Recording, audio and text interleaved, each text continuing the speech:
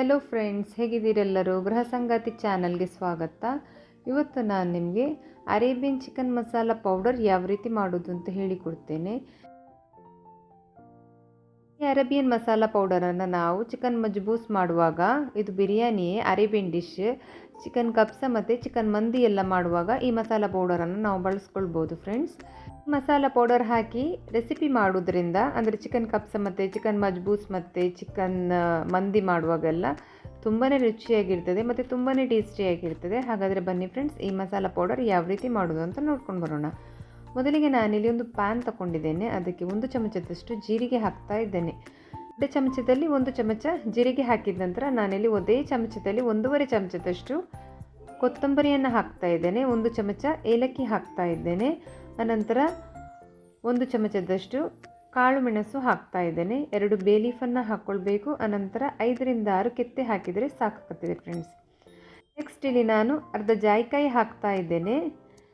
1 ಒಣಗಿದ ನಿಂಬೆ ಹಣ್ಣನ್ನು ಹಾಕ್ತಾ ಇದ್ದೇನೆ. 2 ಕೆಂಪು ಮೆಣಸು ಉಂಟಲ್ಲ, ಅದನ್ನು ಹಾಕ್ಕೊಳ್ಬೇಕು. ಹಾಕಿದ ನಂತರ ನಾನಿಲ್ಲಿ ಗ್ಯಾಸ್ ಮೇಲೆ ಇಟ್ಟು, ಗ್ಯಾಸ್ ಫ್ಲೇಮ್ ಫುಲ್ ಮೆಲ್ಲ ಇಟ್ಟು ಫ್ರೈ ಮಾಡ್ಕೊಳ್ಬೇಕು ಫ್ರೆಂಡ್ಸ್. ಪರಿಮಳ ಬರೋ ತನಕ ಫ್ರೈ ಮಾಡಿದರೆ ಸಾಕಾಗ್ತದೆ.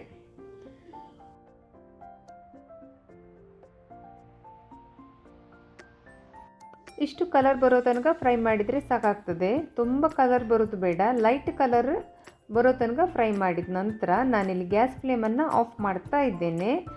ಗ್ಯಾಸ್ ಫ್ಲೇಮ್ ಆಫ್ ಮಾಡಿದ ನಂತರ ಇದನ್ನು ಕೆಳಗಿಡ್ತಾ ಇದ್ದೇನೆ.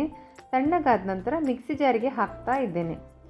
ತಣ್ಣಗಾದ ನಂತರ ಮಿಕ್ಸಿ ಜಾರಿಗೆ ಹಾಕ್ಕೊಳ್ಳಿ, ಬಿಸಿ ಬಿಸಿ ಹಾಕ್ಕೊಳ್ಳಿಕ್ಕೆ ಹೋಗಬೇಡಿ.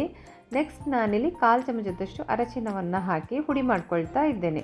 ನೋಡಿ ಫ್ರೆಂಡ್ಸ್, ಈ ಥರ ಆಗಿದೆ. ಹುಡಿ ಮಾಡಿದ ನಂತರ ಇಷ್ಟಾದ ನಂತರ ನಾನಿಲ್ಲಿ ಒಂದು ಪ್ಲೇಟ್ ತೊಗೊಂಡಿದ್ದೇನೆ ಸಣ್ಣದು, ಅದಕ್ಕೆ ಹಾಕ್ತಾ ಇದ್ದೇನೆ. ನೋಡಿ, ಅರೇಬಿಯನ್ ಮಸಾಲ ಪೌಡರ್ ರೆಡಿಯಾಗಿದೆ. ಈ ಮಸಾಲ ಪೌಡರನ್ನು ಬಳಸಿ ನಾವಿಲ್ಲಿ ಚಿಕನ್ ಕಬ್ಸ, ಮಜ್ಬೂಸ್ ಮತ್ತು ಚಿಕನ್ ಮಂದಿ ರೆಸಿಪಿಯನ್ನು ಮಾಡ್ಕೊಳ್ಬೋದು. ನಿಮಗೆ ಇಲ್ಲಿ ಈ ಮಸಾಲ ಪೌಡರ್ ನೋಡುವಾಗಲೇ ಗೊತ್ತಾಗ್ಬೋದು ಯಾವ ರೀತಿ ಬಂದಿದೆ ಅಂತ ಹೇಳಿ. ಈಗ ನಾವಿಲ್ಲಿ ಇಡೀ ನಿಂಬೆಹಣ್ಣನ್ನು ಹಾಕಿದ್ದೇವಲ್ಲ, ಕಹಿ ಬರ್ಬೋದು ಏನೋ ಅಂತ ಅನಿಸ್ಕೊಳ್ಬೋದು ನಿಮಗೆ.